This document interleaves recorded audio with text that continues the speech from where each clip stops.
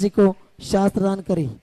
कमल जी, अक्षत जी गंगवाल मुंबई निवासी, इन्होंने भी 3,51,000 रुपए की संस्कृत के एक जिनालय के लिए स्वीकृति दिए, वे भी आए और आचार्य जी को शास्त्र दान करें। सभी दानदाता परिवारों से निवेदन है, आपके परिवार से 2-2 लोग केवल आएंगे और आचार्य जी को शास्त्र दान करेंगे। मनोज हमें ये क्या है, मनोज अमकर चिराग पाटनी मुंबई निवासी, इन्होंने भी एक संस्कृत जिनालय के लिए 3,51,000 रुपए की दान राशि की स्वीकृति दे, वे भी आए और आचार्य जी को शास्त्र दान करी।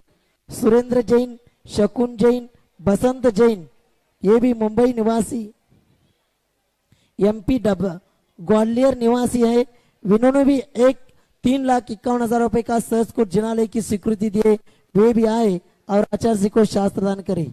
विजय सरिता सेठी इम्फाल निवासी, इन्होंने भी एक प्रतिमा जी के लिए 2,02,202 रुपए की दान राशि की स्वीकृति दिए, वे भी आए और आचार्य जी को शास्त्र दान करे। विनोद कुमार रवि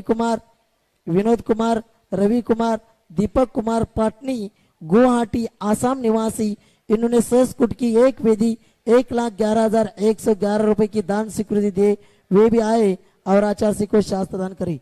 संजय काला गया, वीरेंद्र पहाड़िया मुंबई, इन्होंने भी संस्कृत में छत्र चामर भामंडल के लिए 55,555 की दान राशि की स्वीकृति दिए, वे भी आए और आचार्य जी को शास्त्र दान करे।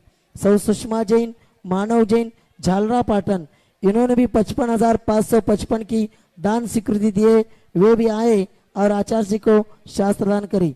सुबोध, सुशांत, अंकित, अनिता जैन सागर निवासी, नेहानगर मकरोनिया सागर निवासी, इन्होंने भी 55,555 की दान राशि की स्वीकृति दी, वे भी आए और आचार्य जी को यहाँ शास्त्र दान करे। गणेश, पूनम, दीप्ति जैन पुणे निवासी, इन्होंने भी 55,555 की दान राशि की स्वीकृति दी, वे भी आए और आचार्य जी को शास्त्र दान करे। गभा कोयाबाई ट्रस्ट, बोल दिया डीमापुर, नाम सब बोल दिया मैंने। गभा कोयाबाई ट्रस्ट दिगंबर जैन चोपड़ा निवासी, प्रफुल्ल सुभाष जैन, इन्होंने भी 55,555 की दान स्वीकृति दिए, वे भी आए और आचार्य जी को शास्त्र दान करे।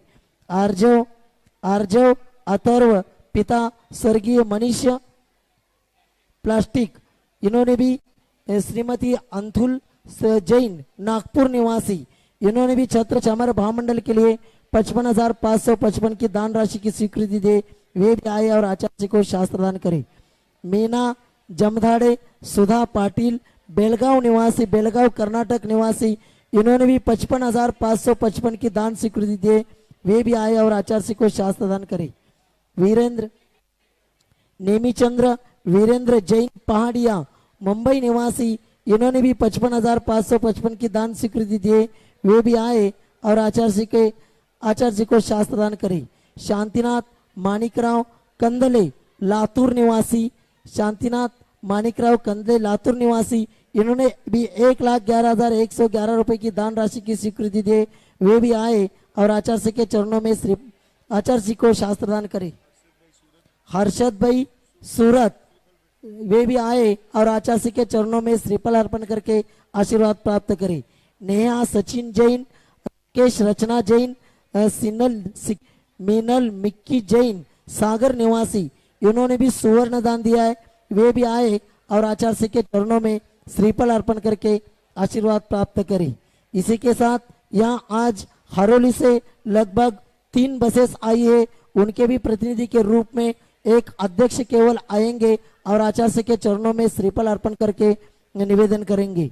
कागवाड़ कर्नाटक, यहाँ से भी लोग आए हैं, उनके भी प्रतिनिधि आएंगे, एक प्रतिनिधि और आचार्य जी के चरणों में श्रीफल अर्पण करके आशीर्वाद प्राप्त करेंगे। प्रीतम कंदी नांदेड़, इन्होंने भी 55,555 की दान स्वीकृति दिए, वे भी आए और आचार्य जी को शास्त्र दान करे। राहुल सुभाष जैन चोपड़ा, इन्होंने भी दान राशि की स्वीकृति दी, वे भी आए आचार्य जी के चरणों में श्रीफल अर्पण करके आशीर्वाद प्राप्त करे। राजेश सोनटक्के अहमदाबाद, इन्होंने भी छत्र छमर महामंडल के लिए स्वीकृति दी, वे भी आए और आचार्य जी को शास्त्रदान करें। अभी शास्त्रदान का कार्यक्रम हुआ है, सभी अपने अपने जगह पर बैठेंगे। पूजन प्रारंभ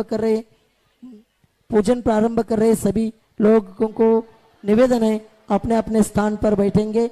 आज पूजन के लिए यहाँ महान गांव से, कन्नड़ से, ठाणे से और अकलूज से श्रावक श्राविका यहाँ पूजन के लिए आए, इनका स्वागत करते। ये सभी लोग आज का पूजन करेंगे। चालू करा पूजन। ए दीदी, आचार्य श्री जी के चरणों में हम झुका रहे अपना माथा, जिनके जीवन की हर चर्या बन पड़ी स्वयं ही नवगाथा। जैनागम का वह सुधा कलश जो बिखराते हैं गली गली, जिनके दर्शन को पा कर के खिलती मुरझाई हृदय कली। ओम रूम परम पूज्य संत शिवने आचार्य भगवान विद्यासागर जी महामुनिंद्र अत्र उत्तर सवर्तिति आह्वाननम। जय हो। अत्र तिष्ठ स्थापनम। जय हो। अत्र सन्निधोष्ठ स्थापनम सनदीकरणम। जय हो। संसारिक विषयों में पढ़कर मैंने अपने को बरमाया, इस राग द्वेष की वैतरणी से अब तक पार नहीं पाया। तब विद्या सिंधु के जल कन से भव कालुष धोने आया हूँ। आना जाना मिट जाए मेरा यह बंध काटने आया हूँ। ओम रूम परम पूज्य संत शिवने आचार्य भगवान विद्यासागर जी महामुनिंद्राय जन्म जरा मृत्युनाशनाय जलम निरूपामिति स्वाहा। इस क्रोध अनल में जल जल कर अपना सर्वस्व लुटाया है, निज शांत स्वरूपन जान सका जीवन भर इसे बुलाया है। चंदन सम शीतलता पाने अब शरण आपकी आया हूँ। संसार ताप मिट जाए मेरा चंदन वंदन को लाया हूँ। ओम रूम परम पूज्य संत शिवने आचार्य भगवान विद्यासागर जी महामुनिंद्राय संसार ताप विनाशनाय चंदनम निरूपामिति स्वाहा। जड़ कौन मैंने जड़ समझा, नहीं अक्षय निधि को पहचाना। अपने तो केवल सपने थे भ्रम और जगत का भटकाना। चरणों में अर्पित आगत है अक्षय पद मुझको मिल जावे, तब ज्ञान अरुण की किरणों से मम हृदय कमल भी खिल जावे। ओम रूम परम पूज्य संत शिवने आचार्य भगवान विद्यासागर जी महामुनिंद्राय अक्षय पद प्राप्ति अक्षतम निरूपामिति स्वाहा। इन विषय भोग की मदिरा पी मैं बना सदा से मत वाला। तृष्णा को तृप्त करे जितनी उतनी बढ़ती इच्छा ज्वाला। मैं काम भाव विद्वंस हेत मन सुमन चढ़ाने आया हूँ। यह मदन विजेता बन न सके यह भाव हृदय से लाया हूँ। ओम रूम परम पूज्य संत शिवने आचार्य भगवान विद्यासागर जी महामुनिंद्राय कामबाण विनाशनाय पुष्पम निरूपामिति स्वाहा। इस क्षुधा रोग की व्यथा कथा भव भव में कहता आया हूँ। अति भक्ष अभक्ष बके फिर भी मन तृप्त नहीं कर पाया हूँ। नैवेद्य समर्पित करके मैं तृष्णा की भूख मिटाऊंगा। अभी और अधिक ना भटक सकूं यह अंतर्बोध जगाऊंगा। ओम रूम परम पूज्य संत शिरोमणि आचार्य भगवान विद्यासागर जी महामुनिंद्राय क्षुधारोग्य विनाशनाय नैवेद्यम निरूपामिति स्वाहा। मोहांधकार से व्याकुल हो निज को नहीं मैंने पहचाना, मैं राग द्वेष में लिप्त रहा इस हाथ रहा बस पछताना। ये दीप समर्पित है मुनिवर मेरा तम दूर भगा देना, तुम ज्ञान दीप की बाती से मम अंतर दीप जला देना। ओम रूम परम पूज्य संत शमन्याचार्य भगवान विद्यासागर जी महामनिंद्राय मोहंधकार विनाशनाय दीपम निरूपामिति स्वाहा।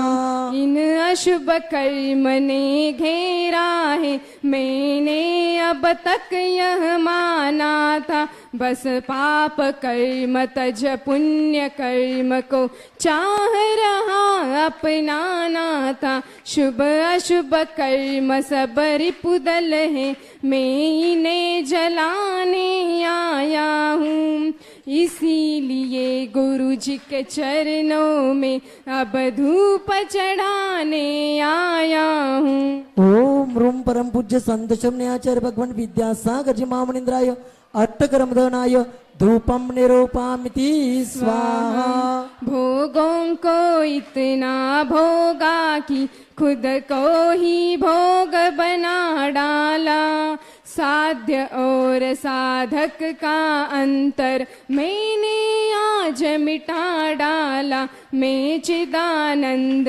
में लीन रहूं पूजा का यह फल पाना है, पाना था जिसके द्वारा अब मिल बैठा मुझे ठिकाना है। ओम रूम परम पूज्य संत शमन्याचार्य भगवान विद्यासागर जी महामनिंद्राय महामोक्ष फल प्राप्तये फलम निरूपामिति स्वाहा। जग के वैभव को पाकर मैं निश दिन के साल मस्त रहा, चारों गतियों की ठोकर को खाने में ही अभ्यस्त रहा।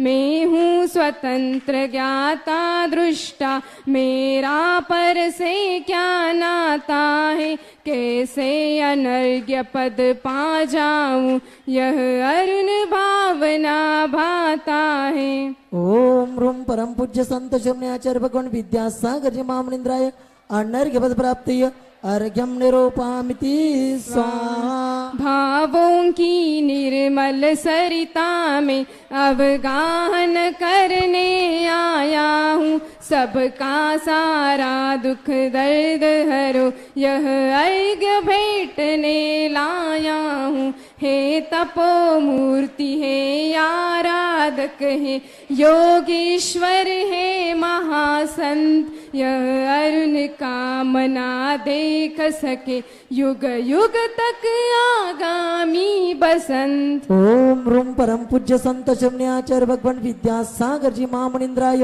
अनर्घ्य पद प्राप्त जयमाला पूर्णार्घ्यम निरूपामिति स्वाहा। नमस्तु भगवान नमस्तु नमस्तु नमस्तु। ओम नमः सिद्धेभ्यः ओम नमः सिद्धेभ्यः ओम नमः सिद्धेभ्यः। अहिंसा परमो धर्म की आचार्य गुरुवर श्री कुंद कुंद भगवान की, आचार्य गुरुवर श्री ज्ञान सागर मुनि महाराज की। चलो परम पूज्य संत शमन्याचार्य भगवान विद्यासागर जी महामुनि राज की, समस्त आचार्य संघ की। क्या होता है, हमारे आचार्यों ने प्रत्येक कार्य के लिए मुख्य या गौण रूप से द्रव्य क्षेत्र काल और भाव की व्यवस्था दी है। आप द्रव्य के बारे में कुठंचित पुरुषार्थ कर भी सकते और नहीं भी कर सकते, और क्षेत्र के विषय में भी आप इसी प्रकार नीति इसमें भी लागू होगी। यह हमारे हाथ की वश की बात नहीं है। इसी प्रकार मनुष्य जीवन में आ गए हैं, लेकिन इसको प्राप्त करने के लिए भावों की आवश्यकता पड़ती है। भाव को आप सुधारिए ताकि भाव सुधरेगा, काल भी सुधरेगा। काल कोई वस्तु इस ढंग की नहीं है जिसकी हम अनिवार्यता माने। हाँ, काल सापेक्ष होता है, एक काल में होता है और एक काल के द्वारा होता है। इसमें जमीन आसमां का अंतर होता है। वह काल, यह इस समय पंचम काल चल रहा, काल के अणुओं के ऊपर लिखा हुआ नहीं कि ये पंचम काल। इसी पंचम काल में यदि मान लो अन्यत्र से कोई मुनि महाराज को यहाँ पर ला कर के देव पटक देता है और यहाँ पर आप समझे वो भव्य जीव और उसी भव से मुक्त होना था और पंचम काल में भी वह मुक्त, और आप पंचम काल के रट लगा रखे।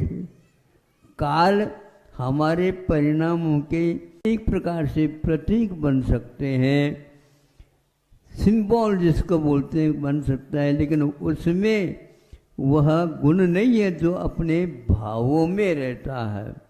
अब चलिए, भाव क्या होता है। वृक्ष पर आम लगे हैं, आम लगे हैं तो वह धीरे धीरे विकास करता है।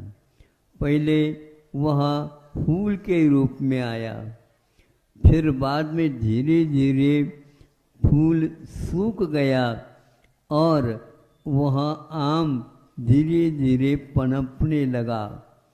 उस फूल में यदि आम है तो फूल को अच्छे संग्रहित कर लेना चाहिए। अब आम की प्रतीक्षा कर लेना चाहिए। करोगे? नहीं, अरे फूल ही तो आम बनेगा, बनेगा बनेगा। आज के अभी इस काल में पक्व होने की क्षमता नहीं है, और वह जब तक वृक्ष पर रहेगा तभी पकाओ को देगा। पहले से उतार करके रख दो। अब देख लीजिए, काल को माना है, काल में माना है, लेकिन काल से काम नहीं होता। उसको तृतीयांत यानी उसको उपकरण करण के रूप में स्वीकार नहीं किया गया और कहीं कहीं पर किया भी गया है। काल समय पर डाल पर लगा हुआ आम धीरे धीरे पकता है। धीरे धीरे ये काल की विवक्षा में कहा गया है, लेकिन वह तोड़ करके हम किसी बरसे में रख दे और काल की माला फेरते चले जाए तो वह सूख जाएगा। न फूल आएगा, न फल आएगा, न अचार बनेंगे और न कैरी बनेंगे, निकल जाएगा। आपका यह मनुष्य जीवन फल लगा है, कहीं कैरी न रह करके रह जाए और कहीं वह खट्टा ही रह जाएगा और पक्व होने के स्वप्न आप देखते रहोगे। काल के हिसाब से ये सब कुछ भी नहीं होते। तो वहाँ आम को किसान सोचता है इसके पूरी पूरी दाल पर ही यदि पकाव कर लिया जाए तो पशु पक्षी आदि या लोग यहाँ पर आकर के बैठेंगे और वह ऊपर आम लगा दिखेगा, मुख में पानी आए बिना नहीं रहेगा। तो इसी प्रकार आपका श्रम काम में नहीं आएगा। वो भी बहुत होशियार है किसान, और उसको उन्होंने उतार दिया। अभी आम कैसा है? हरा, अभी पका नहीं।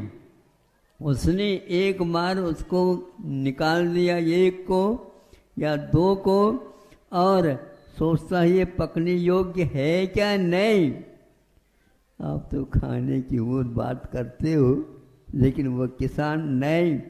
सब लोग इसका मीठा स्वाद ले सके, उसके लिए क्या करता है, इसकी परीक्षा करता है। उस आम में ऊपर से हरा है और भीतर से अभी खट्टा है, लेकिन ध्यान रखो अभी वह पीला भी नहीं बना, किंतु भीतर गाभ की ओर देखते हैं उसमें सुनहरी रंग फूटना प्रारंभ हो गया है। तो उसको पूरे के पूरे वह पेड़ में एक ही बार में वह फूल लगा था और एक में सबको उतार लेता। फिर भी ऊपर से जो इसकी पकने की क्षमता नहीं है उसकी पहचान करके वैसे को वैसे रख देता है। बंदर वगैरह खा लेंगे। हाँ देखो सुनो, ऐसा नहीं पकाता हुआ है, वह अनुपात से उतार करके कहाँ रखता है, उसके लिए पाल विषय माली। वह माली तो पैसा तो चाहता है, लेकिन यदि पाल का विषय उसके पास मिल नहीं गया तो वहाँ कभी भी पकेगा नहीं। हाँ उतारने से, ऊपर से उतारने से संभव है वो मुलायम हो जाए, लेकिन स्वाद तो उसका अभी खट्टा ही रहेगा, क्योंकि उस ऊष्मा के द्वारा वह जो भीतर से स्वर्ण की रेखाएं थी वह एकदम बाहर की ओर आते आते आते उस पूरे आम को पीला बना देता है। यह उस किसान की क्षमता और कुशलता है। और फिर बाद में उसमें गंध भी फूटती है, फिर रंग भी बदल गया है, स्पर्श भी बदल गया है, और अभी हाथ में रखा है तो कहिए भैया अभी थोड़ा सा काल अपेक्षित है, इसके बाद उसका रस, उसका स्वाद आपको पूर्ण आएगा। यदि किसान इस क्रम से नहीं चलता है तो अपने काल पर रखता है तो काल में हो सकता है काल के द्वारा वह पका नहीं है। आज यह कुछ लोग उस अध्याय को नहीं समझ पा रहे हैं, उस किसान के पास जा कर के इसका अध्ययन कर ले तो बहुत अच्छा है, क्योंकि अपड़ के पास जाओगे तो अपने आप पढ़ जाओगे। अति जो पढ़ चुका है उसके पास जाओगे तो आपका माथा एकदम पागल बनेगा, उससे कभी भी काम नहीं होने वाला। शक्ति उस आम में, हरे आम में पकने की है, किंतु उसको सम्यक ज्ञान के साथ इस ओर लाना पड़ेगा। तो अकाल विपाक को उदीरना, ऐसा कहा कलंग देव ने। अकाल में ही उसकी उदीरना होती है, पाल विषय माली। इसलिए आप लोगों को चाहिए कि क्रम है उसमें, तो पाल के स्थान पर हम आपको पकाना चाहें तो चारित्र के माध्यम से उसको पकाओ। यदि चारित्र नहीं मिलेगा मोक्ष का मार्ग नहीं खुलेगा, और मोक्ष का मार्ग नहीं खुलेगा तो मोक्ष की ओर देखने से मोक्ष टपकने वाला नहीं है। आप हाथ में रखो रखो रखो, इससे कुछ नहीं हो। शक्ति इसको बोलते हैं। प्रत्येक पदार्थ के पास जो शक्ति है साथ ही उद्घाटित होता, किंतु बाहर से जब तक उसमें पुरुषार्थ नहीं होगा तो वह तीन काल में ऐसा पकने वाला नहीं है। एक बहुत अच्छा सुंदर राजवार्षिक में वार्षिक आई है, उसमें ये लिखा उन्होंने कि यह उदीरना का क्रम उदय के बिना नहीं हो सकता, लेकिन जहाँ जहाँ पर उदय है वहाँ पर उदीरना हो भी सकती है और नहीं भी हो सकते। यह देख करके ही आज हम मनुष्य भाव मुक्ति के लिए कारण है। किसी को भी मुक्ति नहीं मिलेगी। क्यों नहीं मिलेगी? आचार्य कहते हैं इस प्रकार के पाप गलाने योग्य नहीं है आपके द्वारा, उसके लिए अलग ही विशेष वस्तु चाहिए। जैसे कि उन्होंने एक स्थान पर कहा है कि छेदोपस्थापना नहीं, परिहार विशुद्ध रूप जो संयम है को प्राप्त नहीं हो सकता। उनके चरणों में, तीर्थंकरों के चरणों में भी आप बैठोगे तो हासिल नहीं होगा, क्योंकि उसके लिए अलग ही कुशलता, विद्वत्ता और परिणामों की आवश्यकता है। उस व्यक्ति के स्वामित्व के बारे में उन्होंने उल्लेख किया, वो कम से कम 30 वर्ष तक इस क्षेत्र में, यानी भरत और ऐरावत क्षेत्र में 30 वर्ष चाहिए। और विदेह में यदि करते हैं तो वहाँ पर भी उन्होंने अल्प समय में, यानी 8 वर्ष अंतर्मुठ के बाद और 6 से 8 वर्ष तक करने से 16 वर्ष तक वह तैयार हो सकता। आधी उम्र चली गई, ये हाँ कहूँ तो वहाँ पर उस कॉलेज से आप चले जाते, काम हो जाता। यहाँ पर क्यों आया? यहाँ वह नहीं मिल सकेगा। तो इस प्रकार आचार्यों की जो भीतरी गुत्थी है, जो तत्व की व्यवस्था है, उसको हम समझ सकते हैं। जल्दबाजी करने से काम नहीं होगा। हाँ, आपके करने से जल्द काम हो सकता है, लेकिन आप जल्द के साथ बाजी लगाते तो क्या होता है? वो जल्दबाजी हो गई। छोटे बच्चों के समान बड़ों तो नहीं करना चाहिए ना, जल्दबाजी नहीं करो। मैं मूर्ख हो गया हूँ, हमारी बात मानो। हम मान लेंगे, लेकिन आप जल्दबाजी कर रहे हैं अभी भी, इसलिए तो रह रहे हैं।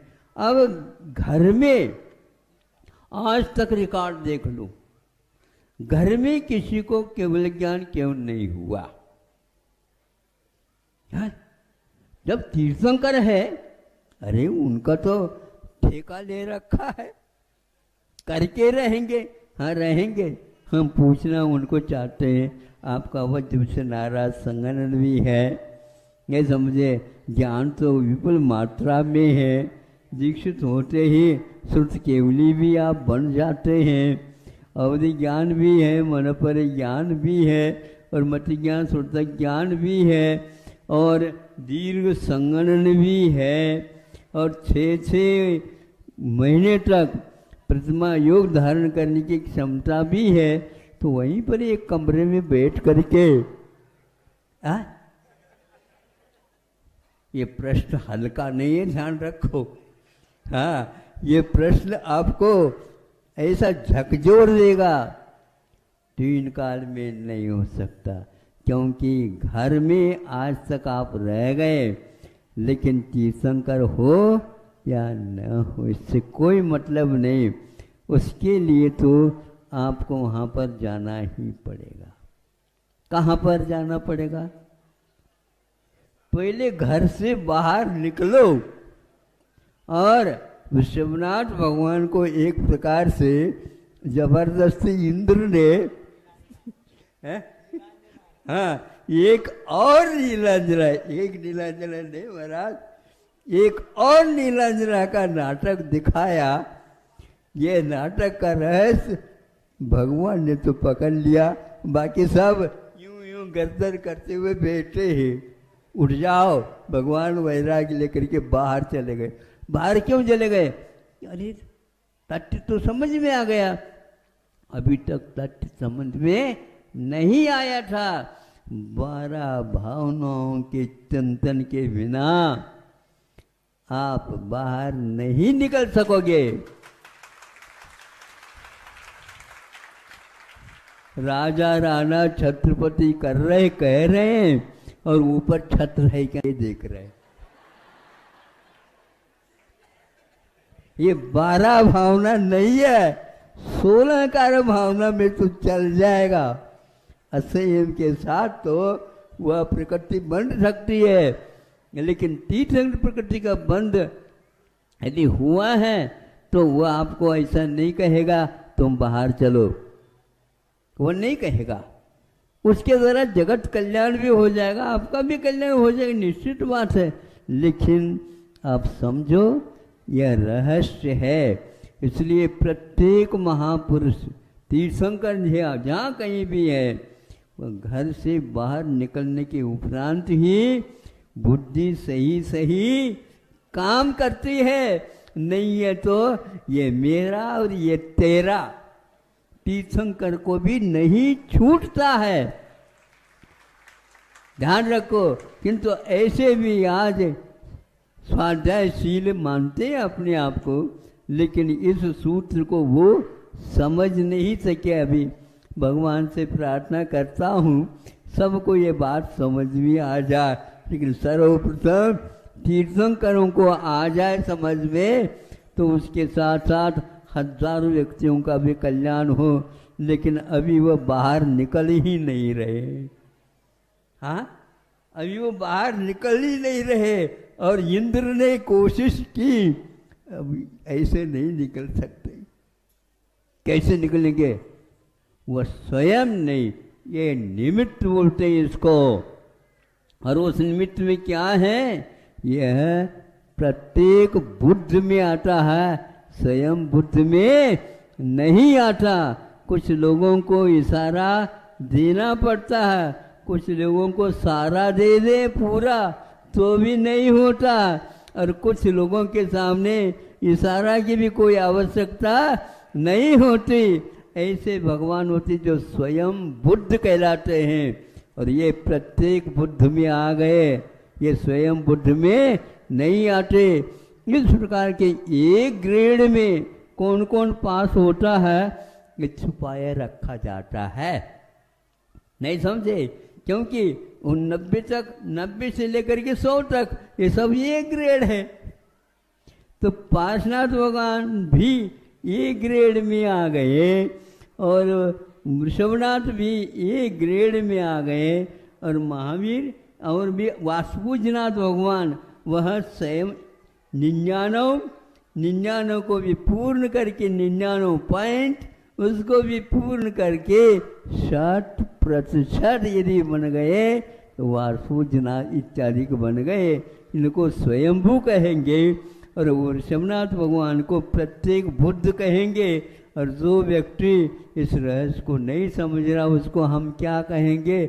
कटिबद्ध तो हो जाओ कम से कम, ताकि आगे बढ़ सके। यह रहस्य काल के साथ भावों के ऊपर आधारित है। हम भावों को समझने का प्रयास करें, और जिनवाने को रहस्य समझ करके उसका अध्ययन मात्र पर्याप्त नहीं, किंतु उसके साथ साथ हमारा यह पुरुषार्थ होना चाहिए जो किसान करके सब लोगों को संतुष्ट कर देता है और अपने अगले साल की तैयारी में लग जाता है। हमें तो अब यहाँ पर कोई भी अमर बन करके नहीं आया।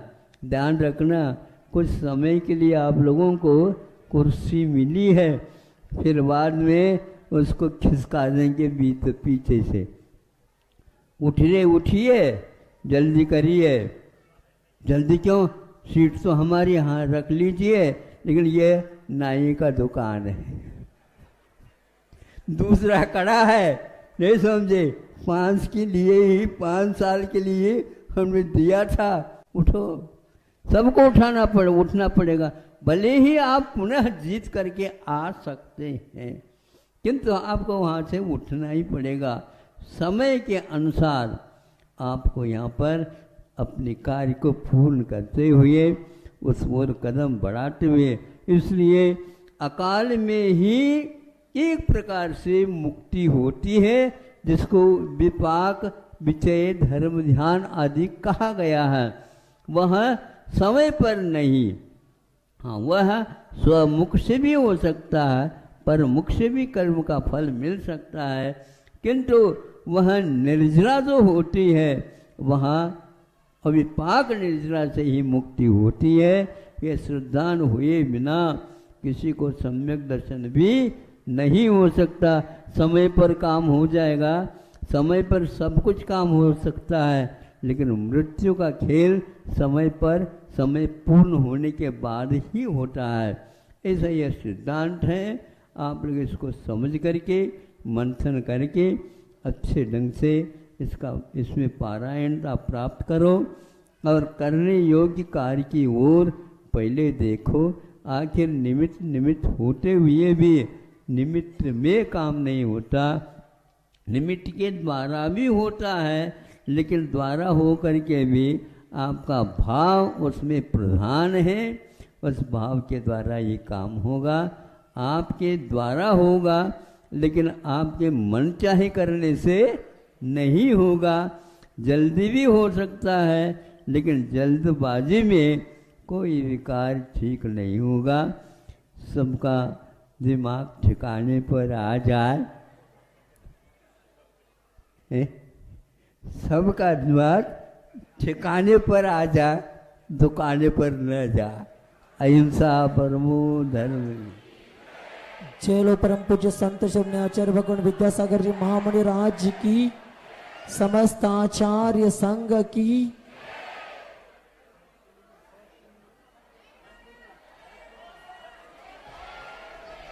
कल 9 तारीख का दिन शरद पूर्णिमा का दिन है।